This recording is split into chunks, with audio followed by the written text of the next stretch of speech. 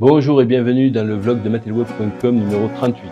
Nous sommes le lundi 15 juillet 2024.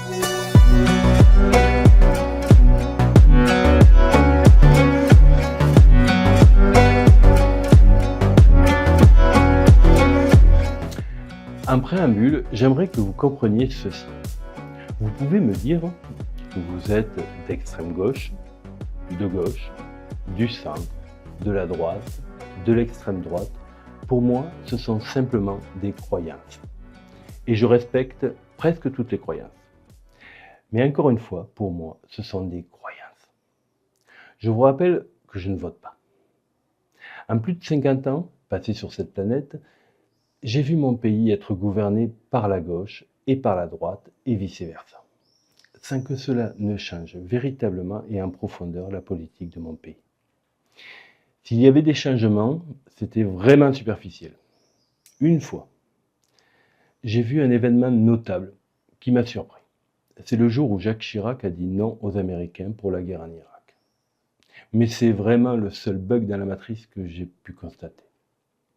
D'ailleurs, les Américains l'ont fait payer très cher à Villepin à l'époque avec l'affaire Clarkson. Ce que je veux dire, c'est que ce ne sont pas les croyances qui gouvernent ce pays. Peu importe la croyance, la politique est la même. Les croyances ne servent qu'à contrôler les masses. Bien sûr, ce que je vous dis n'est que mon opinion. Si vous regardiez les dernières élections législatives avec mon regard, vous comprendriez que les électeurs n'avaient le choix qu'entre deux possibilités réelles. La gauche et Macron, c'est pareil. Et en face, vous avez l'extrême droite. Quand je dis que la gauche et Macron, c'est pareil, c'est qu'ils ont en fait le même maître, les démocrates américains. Pour l'extrême droite française, c'est un peu différent. Par principe, les nationalistes n'ont d'autre maître qu'eux-mêmes. Mais là aussi, il faut nuancer. Là, je vais faire une petite digression. S'il est vrai que la France possède 2436 tonnes d'or environ dans ses réserves, ce n'est pas avec ça qu'elle paye tous les mois les fonctionnaires, les retraités, les indemnités chômage et tutti quanti. Non. En dehors de son or et de ses bijoux de famille, tous les mois, la France est raide et le coffre vide. Donc tous les mois, un gugus à Bercy émet des obligations. En 2024, par exemple, la France prévoit d'emprunter 285 milliards d'euros pour financer son budget annuel, soit environ 24 milliards d'euros par mois. Nous savons peu de choses sur qui nous prête de l'argent, principalement des fonds de pension américains. Donc, il n'est pas déraisonnable de dire que le maître de la France, d'une manière objective, est l'Amérique. Et si d'aventure nous déplaisions à notre maître, alors il est bien possible que le mois prochain, les retraités, les chômeurs et les fonctionnaires devront sucer des cailloux.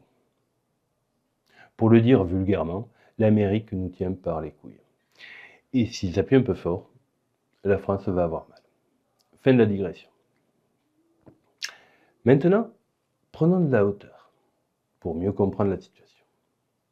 Pour sortir de l'hégémonie américaine, les autres pays se sont regroupés dans un truc qui s'appelle les BRICS. Dans ce truc, chaque pays peut payer un autre pays avec sa propre monnaie, donc pas un dollar. Et cela ne plaît vraiment pas à notre maître.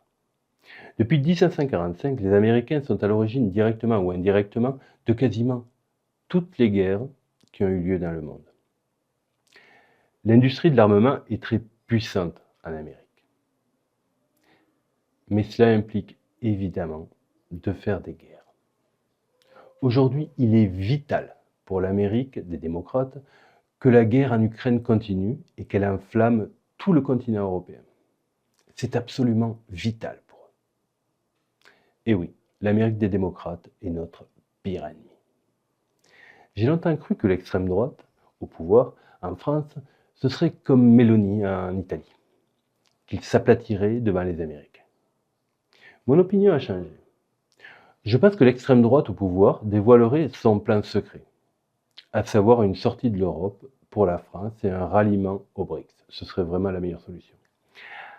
Alors peut-être que je prends mes rêves pour la réalité, mais je n'en suis pas si sûr. Ce qui est certain, c'est que l'Amérique des démocrates ne veulent pas entendre parler de l'extrême droite française. Si Macron a pu être élu par 2 fois, ils savent que cela ne marchera pas 3 fois. D'où la nécessité que pour la prochaine élection présidentielle, les Français n'aient le choix qu'entre 2 partis à leur vote.